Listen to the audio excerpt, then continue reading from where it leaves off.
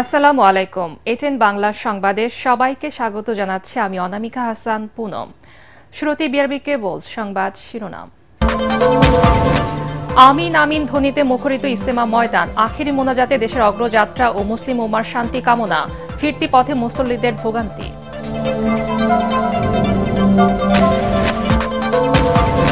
তিতুমির কলেজের শিক্ষার্থীদের আমরণ অনশন গড়ালো পঞ্চম দিনে, মহাখালী গুলশান সড়কে বাঁশ দিয়ে অবরোধ, যানবাহন আটকে পড়ায় যাত্রীদের দুর্ভোগ।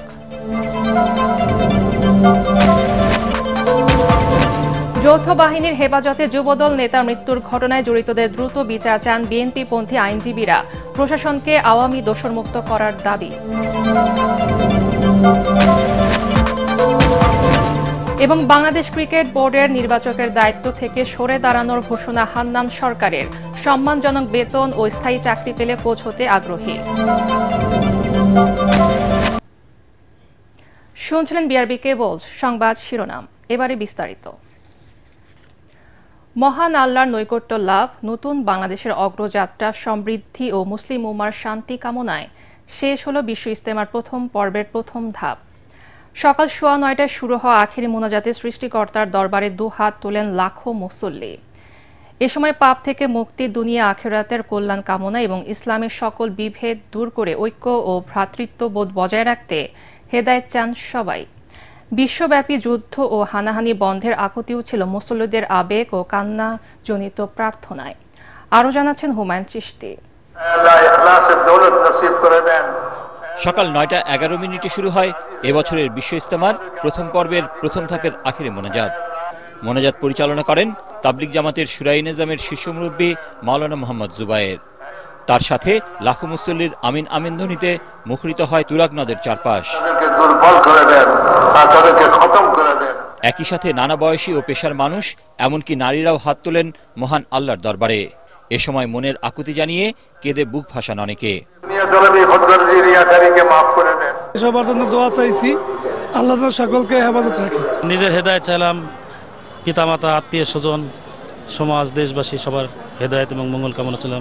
আমরা জানি এসএসসিতে ভালো রেজাল্ট করতে পারি, গোল্ডেন এ প্লাস পেতে পারি, তার জন্য দোয়া করলাম। আল্লাহ কাছে তো চাইলাম আখিরাতের জন্য মুক্তি, যাতে আমরা জান্নাতে যেতে পারি। অনেক গুনাহগার বান্দা আমরা।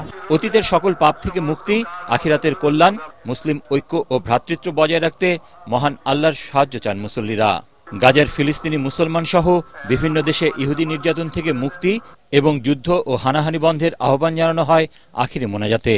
মুসলমানরা যারা নির্যাতিত হচ্ছেন তাদের জন্য দোয়া করছে, আল্লাহ যেন তাদেরকে সাহায্য করেন। সারা বিশ্বের মুসলমানদের পাশাপাশি এই ফিলিস্তিনি মুসলমানদেরকে যেন আল্লাহ সাহায্য করে। মোনাজাতে অংশ নিতে ভোর থেকেই গাজীপুর সহ আশপাশের জেলা এবং দেশের বিভিন্ন অঞ্চল থেকে মুসল্লিরা আসতে থাকেন ইজতেমা ময়দানে। পথের ক্লান্তি, নানা রকম ভোগান্তি পেরিয়ে ইজতেমা মাঠে পৌঁছে প্রশান্তির ছাপ ফুটে ওঠে তাদের চোখে মুখে। অনেকে চলতি পথেই অংশ নেন মোনাজাতে। অনেক কষ্ট করে আসা, একমাত্র আল্লাহকে রাজি খুশি করার জন্য আসা। রংপুর থেকে আসলাম, কোনোদিন আসি নাই, এই ইজতেমায় আসি। আমাদের আল্লাহর রহমতে আমার মন খুব শান্তি। তাবলিগ জামাতের দুই গ্রুপের মধ্যে দ্বন্দ্ব, হানাহানি সহ একাধিক পর্বে বিশ্ব ইজতেমা হওয়া নিয়ে ক্ষোভ জানান সাধারণ মুসল্লিরা। বলেন, শান্তির ধর্ম ইসলামে, দূর হোক সব বিভেদ। এই যে দুইটা বাগাবাগি, দুইটা যে গেঞ্জাম, এগুলি তো ভালো না। মুসলমান ভাই ভাই সবাই একসাথে মিলেমিশে থাকবো। যেটি দ্বন্দ্ব করে এটা আসলে মুসলমানের কাতারে করেন। তাবলিগ জামাতের দুপক্ষের বিরোধে এবার প্রথমবারের মতো 3 ধাপে অনুষ্ঠিত হচ্ছে বিশ্ব ইজতেমা। প্রথম পর্বে 2 ধাপে ইজতেমার আয়োজক শুরাই নিজাম বা মাওলানা জুবায়েরের অনুসারীরা। 3রা ফেব্রুয়ারি দ্বিতীয় ধাপে ইজতেমা শুরু হয়ে শেষ হবে 5 ফেব্রুয়ারি।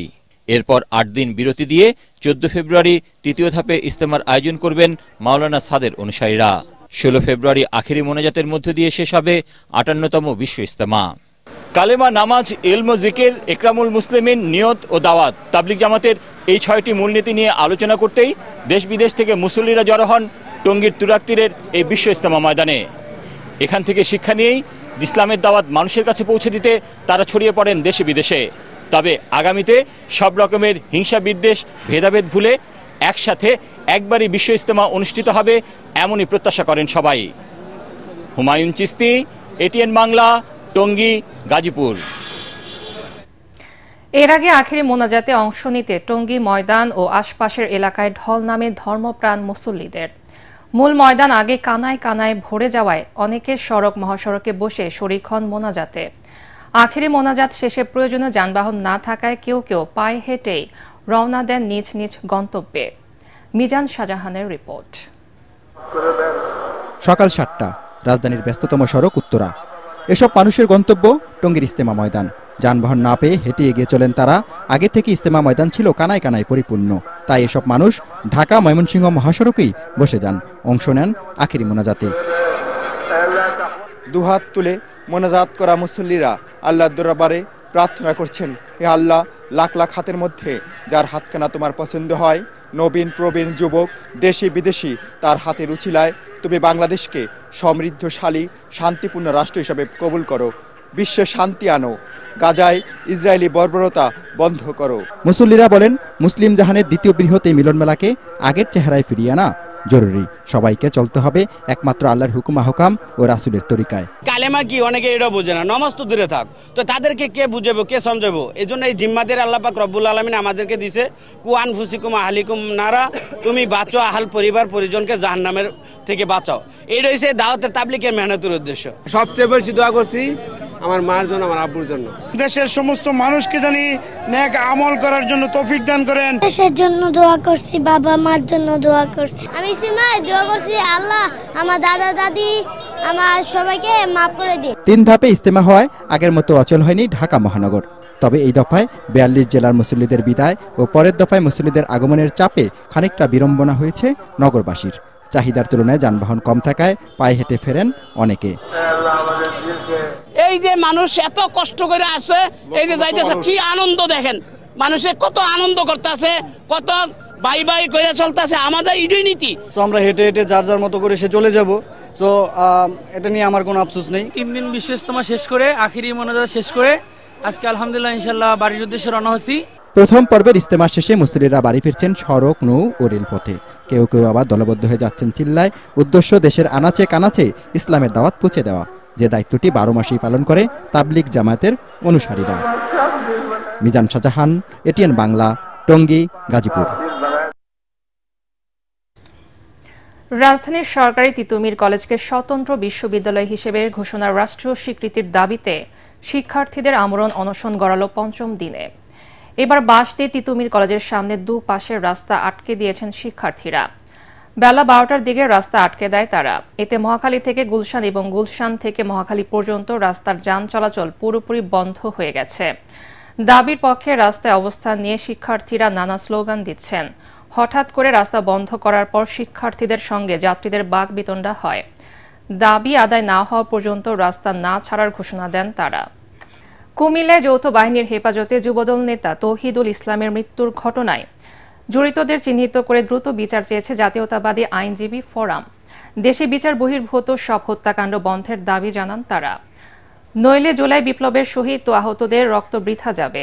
হাইকোর্ট প্রাঙ্গণে বিক্ষোভ সমাবেশে ফোরামের নেতারা অভিযোগ করেন, খুনি হাসিনা পালিয়ে গেলেও তাদের লোকজন এখনো প্রশাসনে থেকে যাওয়ায় এসব অপরাধ কর্মকাণ্ড চালাচ্ছে। তাই দ্রুততম সময়ের মধ্যে অপরাধীদের বিচারের পাশাপাশি প্রশাসনকে আওয়ামী দোষরমুক্ত করার দাবি জানান তারা।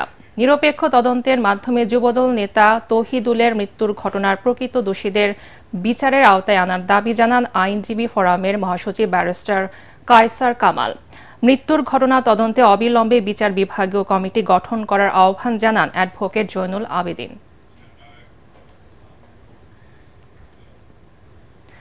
বাজারে এখনো চাঁদাবাজি চলছে বলে নিত্যপণ্যের দাম বাড়ছে বলে মনে করেন জাতীয় নাগরিক কমিটির মুখ্য সংগঠক সার্জিস আলম। রাজধানীর একটি হোটেলে দৈনিক বণিক বার্তা আয়োজিত সেমিনারে তিনি কথা বলেন। অনুষ্ঠানে বক্তারা বলেন, পণ্যের উৎপাদন চাহিদা ও সরবরাহের সঠিক তথ্যের অভাবে বাজার নিয়ন্ত্রণে কার্যকর পদক্ষেপ নিতে পারছে না সরকার। যেখানে বরাবরের মতোই ব্যর্থ প্রতিযোগিতা কমিশনের ট্যারিফ কমিশন ও ভোক্তা অধিদপ্তর সহ সংশ্লিষ্ট সরকারি সংস্থাগুলো। সেমিনারে সিপিডির গবেষণা পরিচালক ডক্টর খন্দকার গোলাম মোয়াজ্জেম বলেন, বিগত সরকারের মতো অন্যের উপর দায় চাপানোর চেষ্টা এখনো চলছে। তিনি জানান, দীর্ঘদিন ধরে পুরো সরবরাহ ব্যবস্থা গুটি কয়েক বড় প্রতিষ্ঠানের দখলে। তবে কর্পোরেট প্রতিষ্ঠানের প্রতিনিধিদের দাবি, বাজারে কোনো সিন্ডিকেট নেই। এটা সরকারি সংস্থাগুলোর ব্যর্থতা। এ সময় ছাত্র প্রতিনিধিরা খাদ্যপণ্যের যৌক্তিক দাম নির্ধারণের দাবি জানান।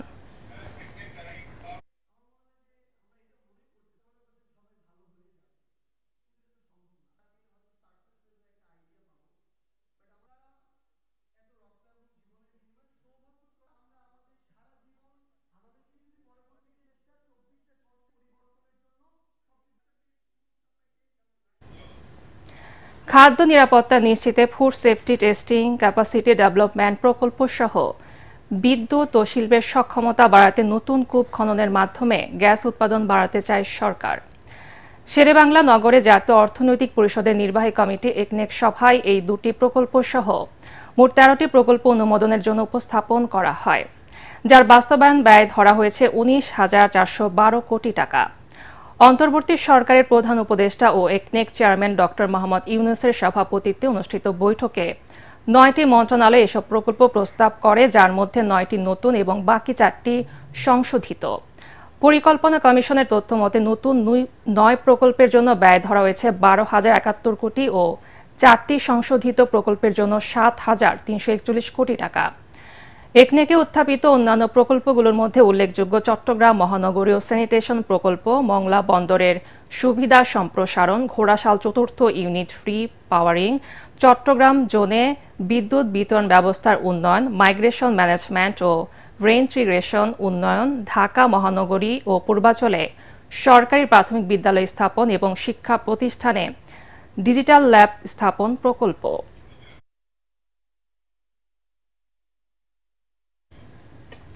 জাহাঙ্গীরনগর বিশ্ববিদ্যালয় কেন্দ্রীয় ছাত্র সংসদ জাকসু নির্বাচনে পূর্ব ঘোষিত রোডম্যাপ অনুযায়ী তফসিল ঘোষণা না করে আবারও আন্দোলনে নেমেছে শিক্ষার্থীরা।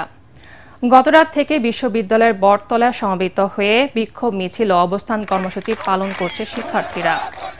দ্রুত তফসিল ঘোষণার দাবিতে তারা রেজিস্ট্রার ভবনে অবস্থান কর্মসূচি পালন করছেন।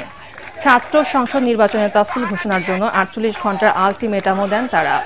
এদিকে জাকসু নির্বাচনের তফসিল ঘোষণাকে কেন্দ্র করে বিশ্ববিদ্যালয়ের উপাচার্য জাকসুর গঠনতন্ত্রের কিছু মৌলিক সংস্কারের জন্য দেরি হচ্ছে।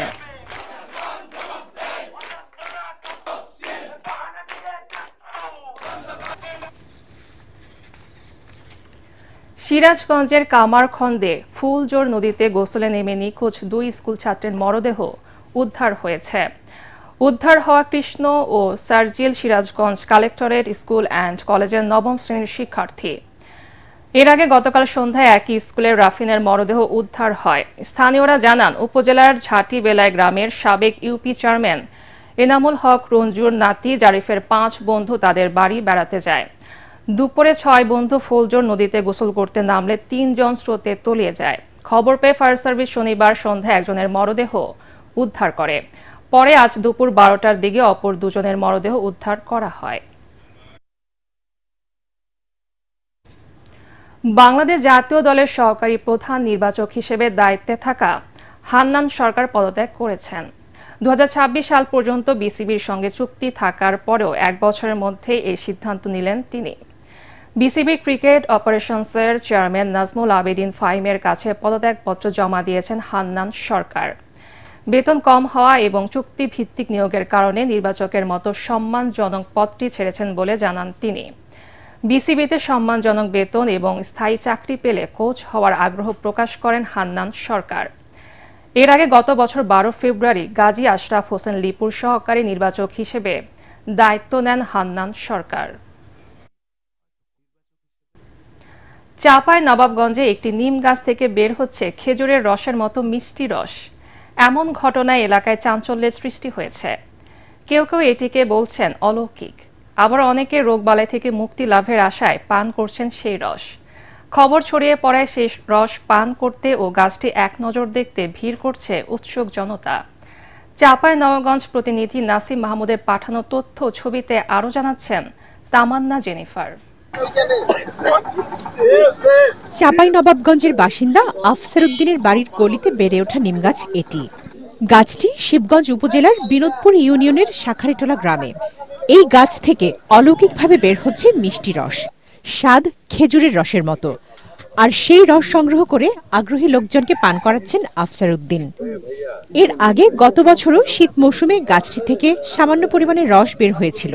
এবার রসের পরিমাণ বাড়ায় আনন্দিত তিনি। গত বছর আমরা অন্য মনে করে আর কি এটা বানানো হয়নি, আর এবার আবারও এরকম ভাবেই হয়েছিল। আমি নিজেই মানে টেস্ট করে খাওয়া দাওয়া করে দেখে মানে ই করে বানিয়েছি। এমন ঘটনা কখনোই দেখেনি এলাকাবাসী। তাদের ধারণা অলৌকিক এই গাছের রস খেলেই বিভিন্ন রোগবালাই থেকে মিলবে মুক্তি। তাই প্রতিদিন সেখানে ভিড় করছেন উৎসুক জনতা। দেখছি যে এখানে আপনার নিম গাছ দিয়ে আপনার খেজুরের রসের মতো টপ টপ করে রস পড়ে, আর এই রস লাইন ধরে সবাই নাই। এই রস আমি নিজেই কিন্তু খেয়েছিলাম এবং আমি খেয়ে দেখলাম যে আসলে কিন্তু খেজুরের রসের মতো কিন্তু আসলে সুস্বাদু। অসুখ বিসুখ ভালো মন্দ আপনার বিষয়ে জেনে সুস্থ পাচ্ছি আমরা খেয়ে।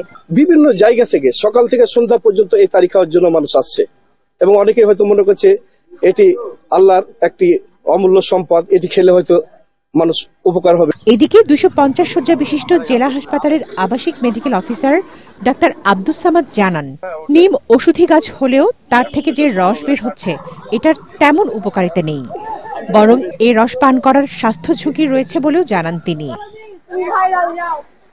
এইভাবে ইউজুয়ালি একটা গাছ থেকে রস আসে না, একটা ফাঙ্গাসের আক্রমণ বা অন্য কোনো জীবাণুর আক্রমণ যেহেতু এটা হতে পারে, এখান থেকে একটা বড় ধরনের এই যে শত শত মানুষের রস খাচ্ছে, এটা একটা এলাকায় একটা রোগের প্রাদুর্ভাবের একটা ঝুঁকি আছে, অর্থাৎ ওই এলাকায় একটা বড় ধরনের স্বাস্থ্য ঝুঁকি থেকে যায়।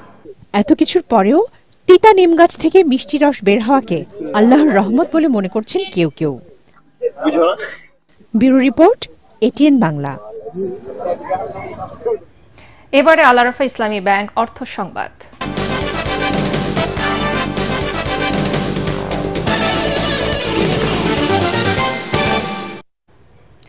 রাষ্ট্র মালিকানাধীন বেসিক ব্যাংক লিমিটেডের শাখা ব্যবস্থাপক সম্মেলন অনুষ্ঠিত হলো আজ।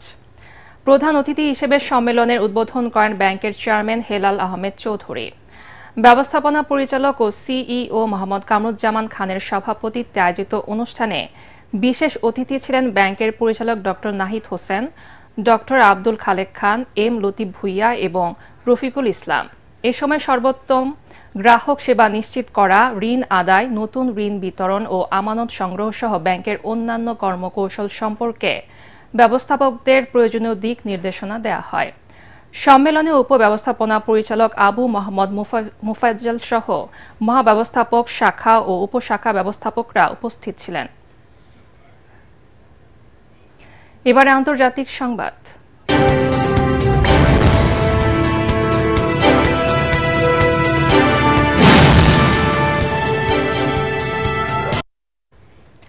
যুক্তরাষ্ট্র থেকে আমদানি করা $155 বিলিয়ন পণ্যের উপর 25% কর আরোপের ঘোষণা দিয়েছে কানাডা।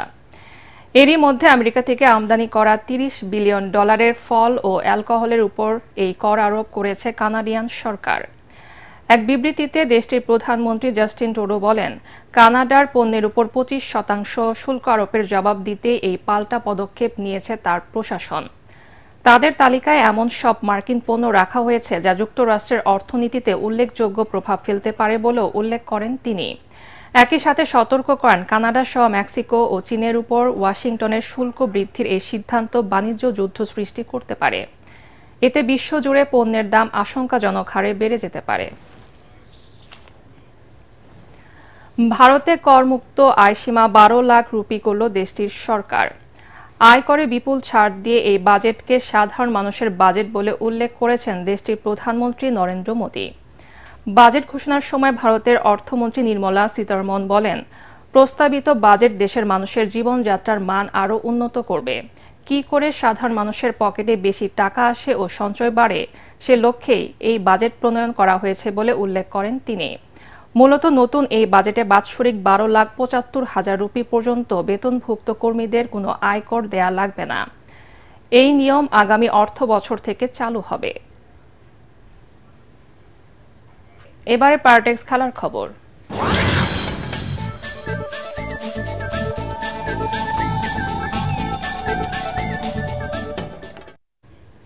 একদিন বিরতি দিয়ে আগামীকাল বিপিএল ক্রিকেটে ফাইনালে ওঠার মিশনে মাঠে নামবে 4 সেরা দল।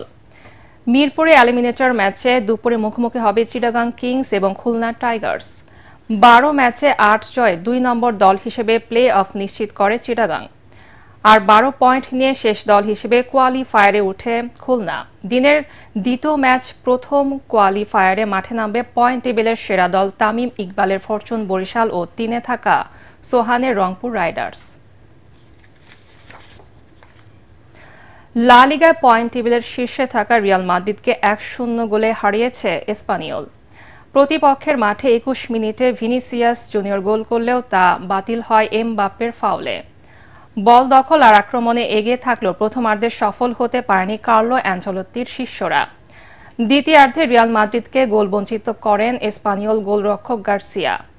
খেলার ধারার বিপরীতে কার্লোস রোমেরো 85 মিনিটে লিড এনে দেয় স্বাগতিক শিবিরকে। সেই গোল আর শোধ দিতে পারেনি রিয়াল মাদ্রিদ। হারলেও অ্যাটলেটিকোর চেয়ে 1 পয়েন্টে এগিয়ে শীর্ষ স্থান ধরে রেখেছে স্প্যানিশ জায়ান্টরা। এএফসি বর্নমাউথকে 2-0 গোলে হারিয়ে ইংলিশ প্রিমিয়ার লিগে পয়েন্ট টেবিলের শীর্ষস্থান আরও মজবুত করেছে লিভারপুল। ভিটালিটি স্টেডিয়ামে 30 মিনিটে মোহাম্মদ সালার পেনাল্টি গোলে এগিয়ে যায় অলরেডরা। প্রথমার্ধে বর্নমাউথ সমতা ফেরার সুযোগ পায়, তবে তা বাতিল হয় অফসাইডে। দ্বিতীয়ার্ধে অ্যান্টনিও সেমিনিয়র শর্ট পোস্টে লেগে ফিরে আসলে আরও একবার হতাশ হয় স্বাগতিক শিবির। এরপর 75 মিনিটে মিশরীয় ফুটবলারের দ্বিতীয় গোলে জয় নিয়ে মাঠ ছাড়ে লিভারপুল। এতে দ্বিতীয় স্থানে থাকা আর্সেনালের চেয়ে 9 পয়েন্টে এগিয়ে গেছে লিভারপুল।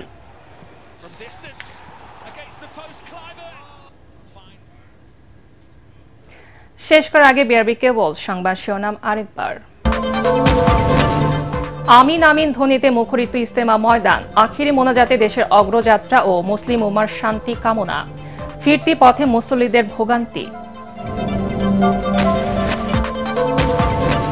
তিতুমির কলেজের শিক্ষার্থীদের আমরণ অনশন গড়ালো 5ম দিনে। মহাখালী গুলশান সড়কে বাঁশ দিয়ে অবরোধ, যানবাহন আটকে পড়ায় যাত্রীদের দুর্ভোগ। যৌথ বাহিনীর হেফাজতে যুবদল নেতার মৃত্যুর ঘটনায় জড়িতদের দ্রুত বিচার চান বিএনপিপন্থী আইনজীবীরা। প্রশাসনকে আওয়ামী দোষরমুক্ত করার দাবি। এবং বাংলাদেশ ক্রিকেট বোর্ডের নির্বাচকের দায়িত্ব থেকে সরে দাঁড়ানোর ঘোষণা হান্নান সরকারের। সম্মানজনক বেতন ও স্থায়ী চাকরি পেলে কোচ হতে আগ্রহী।